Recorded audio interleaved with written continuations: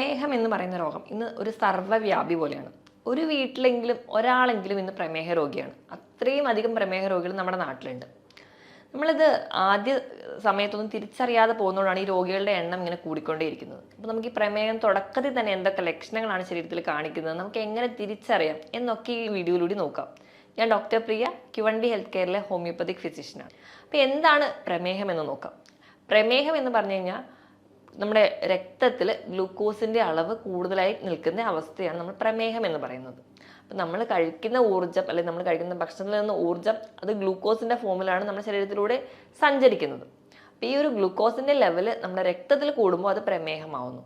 നമ്മൾ നോക്കുകയാണെങ്കിൽ പ്രമേഹ രോഗികളുടെ എണ്ണം ദിവസം ചെല്ലുന്തോറും കൂടിക്കൊണ്ടേയിരിക്കുക. നമ്മൾ തുടക്കത്തിലൊന്നും തിരിച്ചറിയാതെ തന്നെ പോവുകയും നമുക്ക് പല പല കോംപ്ലിക്കേഷനിലോട് എത്തുമ്പോഴായിരിക്കും നമ്മൾ തിരിച്ചറിയുന്നത്. ചിലപ്പോൾ നമുക്ക് എങ്ങനെയെങ്കിലും ഒരു കാലിലോ അല്ലെങ്കിൽ നമ്മുടെ വിരലുകൾക്കൊക്കെ ഇങ്ങനെ മുറിവ് വന്നിട്ടുണ്ടെങ്കിൽ അത് ഉണങ്ങാതിരിക്കുക, അല്ലെങ്കിൽ പഴുക്കാൻ തുടങ്ങുന്ന സമയത്ത്, അല്ലെങ്കിൽ ചിലപ്പോൾ കാലിന് ചെറിയ തരിപ്പ് വരിക, കണ്ണിന് ചെറിയ മൂടലോ മങ്ങലൊക്കെ വരുന്ന സമയത്ത് നമ്മൾ ഡോക്ടറെ അടുത്ത് പോകുന്നു. ആദ്യം ഒരു ഡോസ് മരുന്നിലൊന്നും വലിയ മാറ്റം കാണിക്കാതെ വരുമ്പോൾ ഡോക്ടർമാരോ അല്ലെങ്കിൽ നമ്മൾ തന്നെ ഒരു സംശയം പറയാറുണ്ട്, എന്താ പ്രമേഹം ഉണ്ടോ എന്നൊരു ഡൗട്ട് ഉണ്ട്, അപ്പോൾ നമ്മളൊന്ന് ബ്ലഡ് ടെസ്റ്റ് ചെയ്യുക, അല്ലെങ്കിൽ HbA1c FBS ഒക്കെ നോക്കിയിട്ട് വരാൻ പറയാറുണ്ട്. അപ്പോഴാണ് പലപ്പോഴും പല ആൾക്കാരും ഈ ഒരു പ്രമേഹ രോഗമുണ്ടെന്ന് തന്നെ തിരിച്ചറിയുന്നത്. ഈ പ്രമേഹം എങ്ങനെയാണ് ഉണ്ടാകുന്നതെന്ന് നമുക്ക് നോക്കാം. നമ്മൾ കഴിക്കുന്ന ഭക്ഷണം നമുക്ക് ഗ്ലൂക്കോസ് എന്ന ഫോമിൽ നമ്മുടെ ശരീരത്തിൽ എത്തുന്നു. ഈ ഗ്ലൂക്കോസിനെ നമ്മുടെ ശരീരത്തിൽ ഉണ്ടാക്കുന്ന ഒരു ഹോർമോണാണ്, നമ്മുടെ പാൻക്രിയാസിൽ നിന്ന് ഉണ്ടാക്കുന്ന ഒരു ഹോർമോണാണ് ഇൻസുലിൻ എന്ന് പറയുന്നത്. ഈ ഇൻസുലിൻ രക്തത്തിലെത്തിയ ഗ്ലൂക്കോസിനെ വലിച്ച് നമ്മുടെ ശരീരത്തിലെ ഓരോ കോശങ്ങളിലോട്ട് എത്തിക്കും. കോശങ്ങളുടെ അവിടെ ചെന്ന് ആ ഒരു വാതിൽ തുറന്നുള്ളിലേക്ക് കിടക്കാൻ വേണ്ടി അവരെ സഹായിക്കുന്നവരാണ് ഇൻസുലിൻ റിസപ്റ്റേഴ്സ് എന്ന് പറയും. ഈ ഇൻസുലിൻ റിസപ്റ്റേഴ്സ് വന്നിട്ട് അകത്തേക്ക് കൊണ്ടുപോകും, ഈ ഇൻസുലിനെയും ഗ്ലൂക്കോസിനെയും ചേർന്ന്. ഇങ്ങനെ അകത്തേക്ക് എത്തുന്നു, അവിടുന്ന് നമുക്ക് ഊർജ്ജം ആവശ്യത്തിന് ഉണ്ടാക്കുന്നു, നമ്മുടെ ദൈനംദിന പ്രവർത്തനങ്ങളൊക്കെ നടക്കുന്നു. ഇനി നമ്മുടെ ശരീരത്തിൽ എന്തെങ്കിലുമൊക്കെ ഒരു താളപ്പിഴവുകൾ വരിക അല്ലെങ്കിൽ ഒരു പ്രമേഹ രോഗ സാധ്യതയൊക്കെ ആകുന്ന സമയത്ത് നമുക്ക് ഉണ്ടാകുന്ന ആ ഒരു ഇൻസുലിൻ എന്ന് പറയുന്നത് അത്ര ഒരു കാര്യക്ഷമമായിട്ടുള്ള ഒന്നായിരിക്കത്തില്ല. അല്ലെങ്കിൽ ഇൻസുലിൻ ഒരു ഹൈപ്പർ സെൻസിറ്റീവായിട്ട് മാറും, ഒരു ഇൻസുലിൻ റെസിസ്റ്റൻസ് കാണിക്കാൻ തുടങ്ങും. അപ്പോൾ ഇൻസുലിൻ റെസിസ്റ്റൻസ് ആയി കഴിഞ്ഞിട്ടുണ്ടെങ്കിൽ നമുക്ക് ഈ ഒരു പറയുന്ന ഇൻസുലിൻ അകത്തേക്ക് ഉണ്ടാകാനുള്ള റിസപ്റ്റേഴ്സിൻ്റെ ഒരു കഴിവ് കുറയുകയും നമ്മൾ എത്ര റിസപ്റ്റേഴ്സും ആ ഒരു കറക്റ്റായിട്ട് ഗ്ലൂക്കോസിൻ്റെ അകത്തേക്ക് വലിച്ചുകൊണ്ട് പോകാൻ പറ്റാതെ വരികയും ചെയ്യും. അതിൻ്റെ ഭാഗമായിട്ട് നമ്മുടെ രക്തത്തിൽ നമുക്ക് ഈ ഗ്ലൂക്കോസിൻ്റെ ലെവൽ കൂടുതലായിട്ട് വരാൻ ചാൻസ് ഉണ്ട്. അപ്പോൾ ഈ ഇൻസുലിൻ റെസിസ്റ്റൻസ് എന്ന് പറയുന്ന ഒരു കണ്ടീഷനാണ് തുടക്കത്തിൽ പ്രമേഹത്തിൻ്റെ ആ ഒരു രോഗത്തേക്ക് എത്തുന്നതിന് മുൻപ്, ആ ഒരു പ്രീ ഡയബറ്റിക് ആയിട്ടുള്ള ഒരു സ്റ്റേജിൽ കാണുന്ന ഒരു കണ്ടീഷനെയാണ് നമ്മൾ ഇൻസുലിൻ റെസിസ്റ്റൻസ് എന്ന് പറയും. ഈ ഇൻസുലിൻ റെസിസ്റ്റൻസ് എന്ന് പറയുന്ന ഒരു കണ്ടീഷൻ ആകുമ്പോൾ തന്നെ നമ്മുടെ ശരീരത്തിൽ ചെറിയ ചെറിയ ലക്ഷണങ്ങൾ കാണിക്കാറുണ്ട്. അതിൽ ഒന്നാമത്തെ ലക്ഷണം എന്ന് പറഞ്ഞെങ്കിൽ അമിതമായ വിശപ്പ്. നമ്മൾ നോർമലായിട്ട് ഭക്ഷണം കഴിച്ചുകൊണ്ടിരിക്കുന്ന ഒരാളാണ്, നമുക്ക് അത്യാവശ്യം വണ്ണമൊക്കെ ഉണ്ട്, പക്ഷേ പിന്നീട് അയാൾക്ക് വിശപ്പ് അങ്ങ് കൂടാൻ തുടങ്ങുകയാണ്. ഇപ്പോൾ നമ്മുടെ വീട്ടിലോ അല്ലെങ്കിൽ നമ്മുടെ ചുറ്റുപാടും ആരെങ്കിലും ഉണ്ട്, ഭയങ്കരമായിട്ട് എനിക്കങ്ങ് വിശപ്പാണ് എന്ന് പറയുന്ന ആൾ, പക്ഷേ ഭക്ഷണം കഴിക്കുന്നുണ്ടെങ്കിലും ഭയങ്കരമായി എനിക്ക് ക്ഷീണമുണ്ട് എന്നൊക്കെ പറയാൻ തുടങ്ങുന്നുണ്ടെങ്കിൽ നമ്മൾ പറയാം അവരോട്, ഒന്ന് ജസ്റ്റ് പ്രമേഹം ഉണ്ടോ, അല്ലെങ്കിൽ നിങ്ങൾക്ക് പാരമ്പര്യമായിട്ട് പ്രമേഹമുള്ള ആൾക്കാരാണെങ്കിൽ ഒന്ന് ജസ്റ്റ് ബ്ലഡ് ടെസ്റ്റ് ചെയ്ത് നോക്കൂ, അല്ലെങ്കിൽ പ്രമേഹ രോഗ സാധ്യത നിങ്ങൾക്കുണ്ട് എന്ന് പറയാം.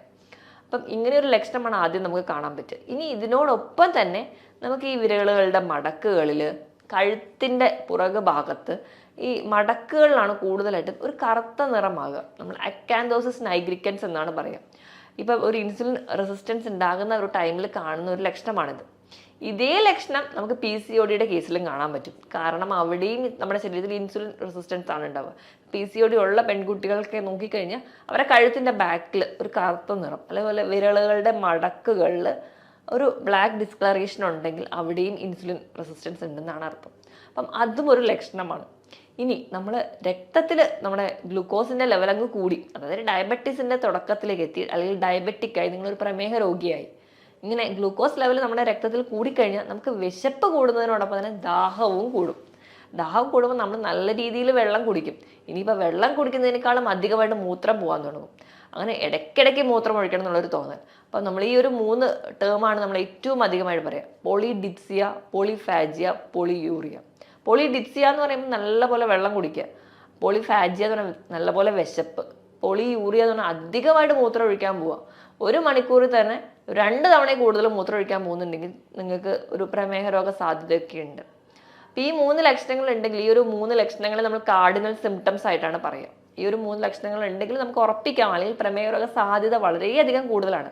അപ്പോൾ ഈ ലക്ഷണങ്ങൾ ആർക്കെങ്കിലും ഉണ്ടെങ്കിൽ അത് എത്രയും പെട്ടെന്ന് നിങ്ങൾ ഒരു ഡോക്ടറെ കാണുക, അല്ലെങ്കിൽ നിങ്ങൾ തന്നെ പോയിട്ട് ഒരു ബ്ലഡ് ടെസ്റ്റ് ചെയ്ത് നോക്കുക. ബേസിക് ആയിട്ട് ഈ ഒരു FBS PPBS ഒക്കെ നമ്മൾ നോക്കുന്നതിനേക്കാൾ ഏറ്റവും നല്ലത് HbA1c ആണ്. HbA1c എന്ന് പറയുമ്പോൾ നമുക്ക് ഒരു 3 മാസത്തെ ആവറേജ് നമ്മുടെ ഗ്ലൂക്കോസ് ലെവൽ കണ്ടുപിടിക്കാൻ പറ്റും. അപ്പം ആ ഒരു ലെവൽ നമ്മൾ അധികമായി പോകുന്നുണ്ടെങ്കിൽ നമ്മൾ പ്രമേഹത്തിൻ്റെ ആ ഒരു പിടിയിലോട്ട് പോവുകയാണ് എന്നാണ് അർത്ഥം. അപ്പോൾ FBS എന്ന് പറയുമ്പോൾ ഫാസ്റ്റിങ്ങിൽ തന്നെ പോയി നോക്കുന്ന, അല്ലെങ്കിൽ വെള്ളം പോലും കുടിക്കാതെ രാവിലെ എണീറ്റ് പോയി ബ്ലഡ് ടെസ്റ്റ് ചെയ്യുമ്പോൾ നമുക്ക് കിട്ടുന്ന ഒന്നാണ് FBS. പിന്നെ PPBS എന്ന് പറഞ്ഞാൽ ഭക്ഷണം കഴിച്ചു കഴിഞ്ഞിട്ട് 2 മണിക്കൂറിന് ശേഷവും RBS റാൻഡമായിട്ട് നമ്മൾ ചെക്ക് ചെയ്യുന്ന ഒന്നാണ്. ഈ പറയുന്ന ബ്ലഡ് ടെസ്റ്റുകൾ നമുക്ക് കൂടെ ചെയ്യാവുന്നതാണ്. അപ്പോൾ ഈ ആർക്കൊക്കെയാണ് ഈ പ്രമേഹം വരാൻ ചാൻസ് ഉണ്ടാവുക? അപ്പം നമ്മൾ അറിയാം, മിക്ക ആൾക്കാരും പറയാറുണ്ട് എനിക്ക് പാരമ്പര്യമായിട്ട് അച്ഛനും അമ്മയ്ക്കും ഒക്കെ ഷുഗർ ഉണ്ട്, അതുകൊണ്ടാണ് എനിക്ക് ഷുഗർ വന്നതെന്ന്. അപ്പം അതൊരു വാസ്തവമാണോ എന്ന് നമുക്ക് നോക്കാം. ഇപ്പോൾ നമ്മൾ ഈ ഒരു അച്ഛനും അമ്മയ്ക്കും പ്രമേഹമുണ്ട്, അപ്പം നമുക്ക് കുറച്ച് കഴിഞ്ഞ് കഴിഞ്ഞാൽ മധുരമൊന്നും കഴിക്കാൻ പറ്റില്ല എന്ന് പറഞ്ഞ് ചെറുപ്പത്തിൽ നല്ല രീതിയിൽ അങ്ങ് മധുരം അടങ്ങിയ ഭക്ഷണങ്ങളും മധുര പലഹാരങ്ങളും പാനീയങ്ങളും ഒക്കെ കഴിക്കാൻ തുടങ്ങും. അപ്പം ധാരാളമായി ഇത് കഴിക്കുന്നതിൻ്റെ ഭാഗമായിട്ട് 30 അല്ലെങ്കിൽ ഒരു 35 വയസ്സിന് മുൻപ് തൊട്ടേ അവർക്ക് പ്രമേഹം വരാം. അപ്പോൾ പാരമ്പര്യത്തിനേക്കാളും ഏറ്റവും ഇമ്പോർട്ടൻ്റ് നമ്മുടെ ജീവിതശൈലിയാണ്. പാരമ്പര്യത്തോടൊപ്പം തന്നെ ഇങ്ങനെ തെറ്റായ ഒരു ജീവിതശൈലി കൂടി ഉണ്ടെങ്കിൽ വളരെ നേരത്തെ നമ്മൾ പ്രമേഹ രോഗിയാവും. പക്ഷേ പാരമ്പര്യമുണ്ട്, അതോടൊപ്പം നമ്മളെ കറക്റ്റ് കൺട്രോളിലാണ് നമ്മുടെ ഫുഡ് പോകുന്നതെങ്കിൽ നമുക്ക് പ്രമേഹ രോഗ സാധ്യത വളരെ കുറവാണ്. അപ്പോൾ പാരമ്പര്യത്തിനേക്കാളും ഏറ്റവും വലിയ വില്ലൻ എന്ന് പറയുന്നത് നമ്മുടെ ലൈഫ് സ്റ്റൈൽ തന്നെയാണ്. അപ്പോൾ നമ്മുടെ ലൈഫ് സ്റ്റൈൽ റെഗുലേറ്റ് ചെയ്യുകയാണെങ്കിൽ ഈ പറയുന്ന രീതിയിൽ നമുക്ക് പ്രമേഹം വരാനുള്ള ചാൻസ് വളരെ കുറവാണ്. അപ്പോൾ ഇതൊക്കെയാണ് നമുക്ക് ആദ്യ കാലഘട്ടങ്ങളിൽ നമ്മൾ ശ്രദ്ധിക്കേണ്ട കാര്യങ്ങൾ. ഇനി ഇപ്പോൾ ഒരു പ്രമേഹത്തിലേക്ക് വന്നു കഴിഞ്ഞ് കഴിഞ്ഞാൽ നമുക്ക് എന്തൊക്കെ ലക്ഷണങ്ങൾ കാണിക്കുമെന്ന് നോക്കാം. അപ്പോൾ ഏറ്റവും ആദ്യം ഞാൻ പറഞ്ഞതുപോലെ മുറിവ് ഉണങ്ങാനായിരിക്കും പാട്. നമ്മുടെ സ്കിന്നിലൊക്കെ ചിലപ്പോൾ വെറുതെ ഒരു ചൊറിച്ചിലോ അല്ലെങ്കിൽ ഒരു റാഷോ വന്നിട്ടുണ്ടെങ്കിൽ നല്ല രീതിയിൽ നമ്മളങ്ങ് ചൊറിഞ്ഞ് ചെറിയൊരു വൂണ്ട് ഉണ്ടായാൽ മതി, അത് ഉണങ്ങില്ല. അതിപ്പോഴും ഇങ്ങനെ പഴുത്തോണ്ടേയിരിക്കും. നമ്മൾ ഡോക്ടറെ അടുത്ത് പോയി എത്ര മെഡിസിൻ വെച്ചാലും എത്ര ഡ്രസ്സ് ചെയ്താൽ പോലും അത് ഉണങ്ങാതിരിക്കും. അപ്പോൾ അത് ഒരു പ്രമേഹത്തിന് ഏറ്റവും വലിയ പ്രശ്നമാണ്. നമ്മളിപ്പോൾ പറമ്പിലൊക്കെ ഇറങ്ങുന്ന സമയത്ത് കാലൊരു മുള്ളു കൊണ്ടാൽ മതി, ആ ഒരു പോയിന്റിൽ നിന്ന് അത് ഇൻഫെക്റ്റഡ് ആയിട്ട് അൾസറായിട്ട് മാറാനുള്ള ചാൻസ് വളരെ കൂടുതലാണ്. അപ്പം നമുക്കറിയാം ഈ ഡയബറ്റിസ് ഫുഡ് പോലെയുള്ള കണ്ടീഷൻസ്, കാരണം ഒരു പ്രമേഹ രോഗിക്ക് ഇങ്ങനെ ഒരു കണ്ടീഷൻ വന്നു കഴിഞ്ഞാൽ മുറിച്ച് കളയാൻ മാത്രമേ വഴിയുള്ളൂ. അപ്പോൾ അങ്ങനത്തെ ചില പ്രശ്നങ്ങൾ ഉണ്ട്. ഇനി അടുത്തൊരു കംപ്ലൈൻ്റ് ആയിട്ട് ആൾക്കാർ പലരും പറയുന്നതാണ് കണ്ണിന് കാഴ്ച കുറയുക, ഒരു മൂടലുണ്ട് അല്ലെങ്കിൽ ഒരു മങ്ങലുണ്ട്, ദൂരക്കാഴ്ച കുറയുന്നു എന്നുള്ളത്. ഇത് നമുക്ക് നമ്മുടെ കണ്ണിനെ ബാധിക്കുമ്പോൾ ഉണ്ടാകുന്ന ചേഞ്ചസ് ആണ്. ഡയബറ്റിക് റെറ്റിനോപ്പതി ആയിട്ട് വരാം. അപ്പോൾ നമുക്ക് ഇത് പോലെയുള്ള ബുദ്ധിമുട്ടുകൾ, വണ്ടി ഓടിക്കാൻ അല്ലെങ്കിൽ കുറച്ച് സന്ധ്യ കഴിഞ്ഞാൽ വണ്ടി ഓടിക്കാനുള്ളൊരു ബുദ്ധിമുട്ട് തുടങ്ങിയ പ്രശ്നങ്ങളായിട്ട് പറയാറുണ്ട്. ഇനി ഇത് കഴിഞ്ഞ് കഴിഞ്ഞാൽ അടുത്തൊരു ലക്ഷണം എന്ന് പറഞ്ഞിട്ടുണ്ടെങ്കിൽ ഭയങ്കരമായിട്ടുള്ളൊരു ക്ഷീണമാണ്. ഭക്ഷണം നല്ലപോലെ കഴിക്കുന്നുണ്ടാവും, പക്ഷെ ബോഡി വെയിറ്റ് അങ്ങ് കൂടുന്നുണ്ടാവില്ല, ആൾ മെലിഞ്ഞിരിക്കുന്നതാണ്. അതോടൊപ്പം തന്നെ ഭയങ്കരമായിട്ടുള്ളൊരു ക്ഷീണം, നല്ലപോലെ ദാഹം, ഇടയ്ക്കിടയ്ക്ക് മൂത്രം ഒഴിക്കാനുള്ള തോന്നൽ. പിന്നെ പറയുന്ന ഒന്നാണ് കാലിന് പെരുപ്പ് പോലെയുള്ള പ്രശ്നം. ഡയബറ്റിക് ന്യൂറോപ്പതിയാണത്. നമ്മുടെ നാഡികളെ ബാധിക്കും. നമ്മുടെ പ്രമേഹം നമ്മുടെ നാഡികളെ ബാധിക്കുന്ന സമയത്താണ് കൂടുതൽ ആൾക്കാരും പറയാറുണ്ട് കാലിൻ്റെ എല്ലാ വിരലുകളും ഭയങ്കരമായിട്ട് തരിപ്പാണ്. ചില ആൾക്കാർ പറയുമ്പോൾ ഞാൻ വെറുതെ ജോലി ചെയ്യുമ്പോൾ ഒന്നും എനിക്ക് കുഴപ്പമുണ്ടാവില്ല, ഞാൻ വെറുതെ ഇരിക്കുമ്പോൾ ഭയങ്കരമായിട്ട് തരിപ്പാണ്, കാല് നിലത്ത് വെക്കാൻ പറ്റുന്നില്ല, കാലിൽ ഭയങ്കര പുകച്ചിലാണ്, കൈവെള്ളയിൽ പുകച്ചിലാണ്, ഇങ്ങനത്തെ പ്രശ്നങ്ങളൊക്കെ പറയാറുണ്ട്. നമ്മുടെ നാഡികളെ ബാധിക്കുന്ന ഏതൊരു കണ്ടീഷനുമാണ് നമുക്ക് തരിപ്പും പുകച്ചിലും ഒക്കെ ആയിട്ട് തോന്നുക. അപ്പോൾ അങ്ങനെ ഡയബറ്റിക് നമ്മുടെ ന്യൂറോപ്പതിയായിട്ട് നിൽക്കും. ഇനി ഇപ്പം കിഡ്നീനെ ബാധിക്കാം, അത് നെഫ്രോപ്പതിയാവും. അപ്പം നമ്മുടെ കിഡ്നിയിലൂടെ പല ബ്ലഡ് വെസൽസിലൂടെ ചെല്ലുന്ന രക്തത്തിനെ അരിച്ച് പുറത്തേക്ക് കളയുന്നത്, മൂത്രമായി പുറത്തേക്ക് കളയുന്നത് നമ്മുടെ കിഡ്നിയാണ്. അപ്പോൾ ആ ഒരു അരിപ്പയിലെല്ലാം വിള്ളൽ വരികയും അവിടെ പ്രശ്നങ്ങൾ വരികയും നമുക്ക് വേണ്ട പല മിനറൽസും പ്രോട്ടീൻസും ന്യൂട്രിയൻസും ഒക്കെ പുറത്തേക്ക് പോവുകയും നമുക്ക് വേണ്ടാത്ത പലതും നമ്മുടെ ശരീരത്തിൽ കെട്ടി നിൽക്കുകയും ഒക്കെ ആയി നമുക്ക് കാലിന് നീരായിട്ടോ അല്ലെങ്കിൽ നമ്മുടെ കിഡ്നീനെ ബാധിക്കുന്നതിന് ഭാഗം അങ്ങനെയും പോവാം. ഇനി സ്കിന്നിൽ ഇങ്ങനെ അൾസർ ഉണ്ടാകുന്നതിനോടൊപ്പം തന്നെ നമ്മുടെ സ്കിന്നിൽ തൊലി ഭയങ്കരമായിട്ട് കട്ടി വെക്കുക. ഇപ്പോൾ കാലിൻ്റെ അടിയിലൊക്കെ ആണെങ്കിൽ തൊലി ഭയങ്കരമായിട്ട് കട്ടി വെക്കുക, വിണ്ട് കീറൽ ഉണ്ടാവുക, നല്ല പോലെയുള്ള ആ ഒരു കട്ടിപ്പാളിയായിട്ട് പോവുക, ഇങ്ങനത്തെ പ്രശ്നങ്ങളും കാണിക്കാറുണ്ട്. ഇതിന് പുറമെ പ്രമേഹ രോഗികളിൽ നമുക്ക് മൂത്രത്തിൽ പഴുപ്പ് ഇടയ്ക്കിടയ്ക്ക് വരുന്ന കാണാം, യൂറിനറി ട്രാക്ട് ഇൻഫെക്ഷൻ. പൊതുവെ ഈ UTI പുരുഷന്മാർക്ക് കുറവാണ്, സ്ത്രീകൾക്കാണ് കൂടുതലായിട്ടും വരാറ്. പക്ഷേ ഈ പ്രമേഹ രോഗി ആണെങ്കിൽ അത് ഇടയ്ക്കിടയ്ക്ക് വരാനുള്ള ചാൻസ് വളരെ കൂടുതലാണ്. അതുപോലെ തന്നെയാണ് നമുക്ക് ഓറൽ ത്രഷ് എന്ന് പറയാം. നമ്മുടെ വായിൽ ഇടയ്ക്കിടയ്ക്ക് പൂപ്പൽ ബാധ വരിക, ഒരു വെളുത്ത പാട പോലെ വരിക, നല്ല ചുമന്നിരിക്കുക വായ, ഭക്ഷണം ഒന്നും കഴിക്കാൻ പറ്റില്ല, തീരെ എരിവ് പോലും കഴിക്കാൻ പറ്റാത്ത രീതിയിൽ ഭയങ്കരമായിട്ട് ഭക്ഷണം കഴിക്കുന്നതിലൊക്കെ ബുദ്ധിമുട്ടായി പ്രസന്റ് ചെയ്യുന്ന ഒന്നാണ് ഓറൽ ത്രഷ്. ഇങ്ങനെ ഒരു ബുദ്ധിമുട്ട് കാണാറുണ്ട്. ഇനി സ്ത്രീകളുടെ കേസ് എടുക്കുകയാണെങ്കിൽ വജൈന അല്ലെങ്കിൽ യോനി ഭാഗത്ത് ഭയങ്കര ചൊറിച്ചിൽ വരിക, അവിടെ ഇൻഫെക്ഷൻസ് റിക്കറന്റ് ചെയ്ത് വരിക, പിന്നെ അതുപോലെ തന്നെ ലുക്കോറിയ പോലെയുള്ള ഡിസ്ചാർജുകളായിട്ട് പ്രസന്റ് ചെയ്യുക, ഇങ്ങനെയുള്ള പ്രശ്നങ്ങളും ആ ഒരു ഏരിയ ഭയങ്കര ഡ്രൈ ആയി പോവുക, ഈ പറയുന്ന ബുദ്ധിമുട്ടുകൾ സ്ത്രീകളിലും കാണിക്കാറുണ്ട്.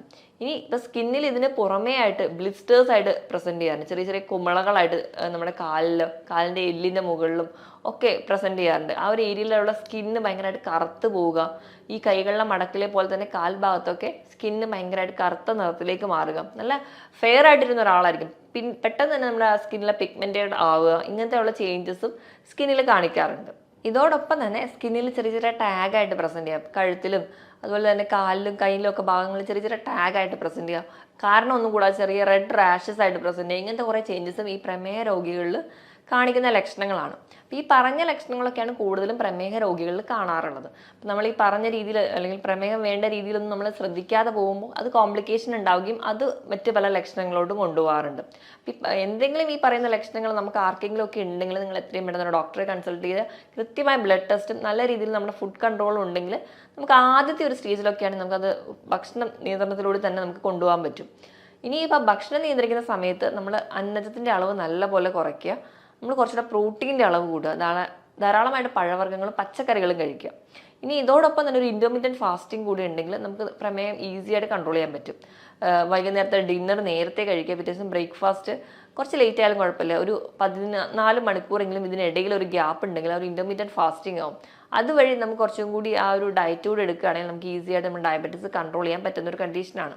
നമ്മൾ കഴിക്കേണ്ട ഭക്ഷണം എന്ന് പറഞ്ഞിട്ടുണ്ടെങ്കിൽ മാക്സിമം നമ്മൾ ഇലക്കറികൾ, പഴവർഗ്ഗങ്ങൾ, പച്ചക്കറികളൊക്കെ കഴിക്കും. ഇപ്പോൾ പഴവർഗ്ഗങ്ങൾ എടുക്കുമ്പോൾ അധികം മധുരമില്ലാത്ത പഴവർഗ്ഗങ്ങൾ കഴിക്കാൻ വേണ്ടി ശ്രദ്ധിക്കുക. അതായത് ഗ്ലൈസീമിക് ഇൻഡെക്സ് കുറഞ്ഞ പഴവർഗ്ഗങ്ങൾ, നിങ്ങൾക്ക് അതിനായിട്ട് ആപ്പിളോ അല്ലെങ്കിൽ അധികം പഴുക്കാത്ത ഏത്തപ്പഴം കഴിക്കാം, അല്ലെങ്കിൽ റോബസ്റ്റ പോലെയുള്ള പഴങ്ങൾ കഴിക്കാം. അപ്പോൾ മുന്തിരിക്കയാണെങ്കിൽ 8 or 10 എണ്ണം നിങ്ങൾ കഴിക്കാം. പക്ഷേ ദിവസവും ഒരു ഫ്രൂട്ട് മാത്രമേ കഴിക്കാവുള്ളൂ. ഇപ്പോൾ പേരയ്ക്കൊക്കെ ആണെങ്കിൽ വളരെ നല്ലതാണ് ഇപ്പോൾ പ്രമേഹ രോഗികൾക്ക് കഴിക്കാനാണെങ്കിൽ. അപ്പം ഏതെങ്കിലും ഒരു ഫ്രൂട്ട് നമ്മൾ ഒരു ദിവസം കഴിക്കുകയാണെങ്കിൽ നമുക്ക് ഹെൽത്തി ആയിട്ട് നമ്മുടെ പ്രമേഹത്തിനെ കൺട്രോൾ ചെയ്യാൻ പറ്റും.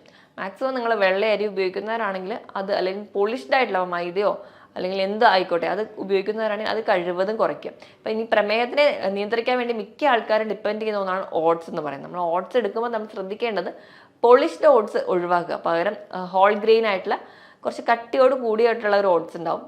അപ്പോൾ അത് മേടിച്ച് കുക്ക് ചെയ്യാൻ വേണ്ടി ശ്രദ്ധിക്കുക. പിന്നെ അത് പാചകം ചെയ്യുന്ന രീതിയിലാണെങ്കിലും നമ്മൾ എപ്പോഴും ഇൻസ്റ്റൻറ്റ് ഓട്സ് എടുത്ത് നമ്മുടെ പാലിൽ അല്ലെങ്കിൽ വെള്ളത്തിൽ കുറുക്കി കഞ്ഞിയായിട്ട് കഴിക്കാനാണ് താല്പര്യപ്പെടുക, അല്ലെങ്കിൽ ആ ഒരു കുറുക്ക് ഫോമിലോട്ട് കഴിക്കാനാണ് താല്പര്യപ്പെടുക. അത് നമുക്ക് ഗ്ലൈസിമിക് ഇൻഡെക്സ് വളരെയധികം കൂടാനുള്ള കാരണമാവും.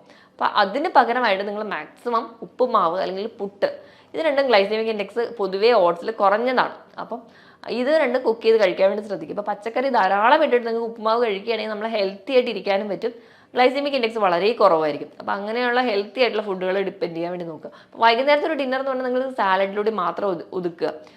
ഭക്ഷണം കംപ്ലീറ്റ്ലി ഒഴിവാക്കുകയല്ല വേണ്ടത്. നമ്മൾ ഭക്ഷണം കഴിക്കണം, ക്വാണ്ടിറ്റി നല്ലപോലെ കുറയ്ക്കുക, തവണകൾ കൂട്ടുക. ഇപ്പം പ്രമേഹ രോഗികൾ എപ്പോഴും ഭക്ഷണം കഴിക്കുമ്പോൾ 4 or 5 തവണയായിട്ട് കഴിക്കുക. കഴിക്കുന്നതിൻ്റെ ക്വാണ്ടിറ്റി അങ്ങ് കുറച്ചാൽ മതി, നമ്മുടെ വിശപ്പിനനുസരിച്ച് മാത്രം.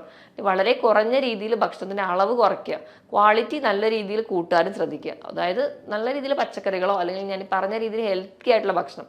അപ്പോൾ നമ്മളത് കൃത്യമായ ഒരു ഡയറ്റീഷ്യൻ്റെ അണ്ടറിൽ ഡയറ്റോട് എടുക്കുകയാണെങ്കിൽ നമുക്ക് ഈസി ആയിട്ട് നമുക്ക് പ്രമേഹത്തിനെ കൺട്രോൾ ചെയ്യാൻ പറ്റും. അതുപോലെ തന്നെ നമുക്ക് എല്ലാ രീതിയിലുള്ള പ്രോട്ടീൻസ് കഴിക്കാവുന്നതാണ്. ഇപ്പോൾ പയറ്, കടല അങ്ങനത്തെയുള്ള പച്ചക്കറി വിഭാഗത്തിൽ പെടുന്ന നമുക്ക് പ്രോട്ടീൻസ് ആയിക്കോട്ടെ, അതുപോലെ തന്നെ മത്സ്യവും മാംസവും ഒക്കെ കഴിക്കാവുന്നതാണ്. അതൊക്കെ കറി വെച്ച് കഴിക്കുന്നത് നമുക്ക് കുറച്ചുകൂടി ഹെൽത്തി ആയിട്ട് ഇരിക്കാനും അല്ലെങ്കിൽ നമുക്ക് ഉണ്ടാകുന്ന ആ ഒരു ക്ഷീണത്തിനെ ഓവർകം ചെയ്യാനും പറ്റും. ഈ പറഞ്ഞ രീതിയിൽ തന്നെ നമ്മുടെ ഡയറ്റ് സെറ്റ് ചെയ്യുക. പിന്നെ വേണ്ടത് കൃത്യമായൊരു വ്യായാമമാണ്. നിങ്ങൾ ആഴ്ചയിൽ 5 ദിവസമെങ്കിലും നിർബന്ധമായിട്ട് എന്തെങ്കിലും ഒരു വ്യായാമം വേണം. നമ്മൾ വീട്ടിൽ ജോലി ചെയ്യുന്നുണ്ടെന്ന് ഓർത്തിട്ടോ അല്ലെങ്കിൽ നമ്മൾ മറ്റു പല ജോലികളും ചെയ്യുന്നവരാണ്, അതുകൊണ്ട് എനിക്ക് വ്യായാമത്തിൻ്റെ ആവശ്യമില്ല എന്നുള്ളൊരു തെറ്റിദ്ധാരണ മാറ്റിയിട്ട് വ്യായാമത്തിന് വേണ്ടിയിട്ട് ഒരു 1/2 മണിക്കൂറെങ്കിലും മാറ്റി വെക്കുക. ആഴ്ചയിൽ 5 ദിവസമെങ്കിലും കൃത്യമായ വ്യായാമം വേണം. ആവശ്യത്തിന് വെള്ളവും നല്ലപോലെ തന്നെ കുടിക്കാൻ വേണ്ടി ശ്രദ്ധിക്കുക. ഇതോടൊപ്പം തന്നെ നമ്മുടെ ഉറക്കത്തിൻ്റെ പാറ്റേൺ ഒക്കെ കൃത്യമായിട്ട് ഇരിക്കുകയാണെങ്കിൽ നമുക്ക് ഈ പറയുന്ന രോഗങ്ങളൊന്നും വലിയ കോംപ്ലിക്കേഷനിലൂടെ പോവാതെ കൺട്രോൾ ചെയ്യാൻ പറ്റും. ഒരു 6 മുതൽ 7 മണിക്കൂർ വരെ നല്ല ഉറക്കം കിട്ടുകയാണെങ്കിൽ നമ്മുടെ ഹെൽത്തി ആയിട്ടിരിക്കാൻ വേണ്ടി സഹായിക്കുകയും ചെയ്യും. ഈ പറഞ്ഞ കാര്യങ്ങളൊക്കെ നിങ്ങൾ ശ്രദ്ധിക്കുക. ഇനി നിങ്ങൾക്ക് എന്തെങ്കിലും പ്രമേഹ രോഗ സാധ്യതയുണ്ടെങ്കിലോ അല്ലെങ്കിൽ എന്തെങ്കിലും ഈ ഡൗട്ടുകൾ, ഈ പറഞ്ഞ ലക്ഷണങ്ങൾ എന്തെങ്കിലും ഡൗട്ടൊക്കെ ഉണ്ടെങ്കിൽ നിങ്ങളൊരു ഡോക്ടറുടെ കൺസൾട്ടേഷൻ എടുക്കുക. ഈ പറഞ്ഞ കാര്യത്തിൽ എന്തെങ്കിലും ഡൗട്ട് ഉണ്ടെങ്കിൽ താഴെ കാണുന്ന നമ്പറിൽ കോൺടാക്ട് ചെയ്യുക. മറ്റൊരു ഹെൽത്ത് ടോപ്പിക്കുമായിട്ട് വീണ്ടും കാണുന്നത് വരെ നന്ദി.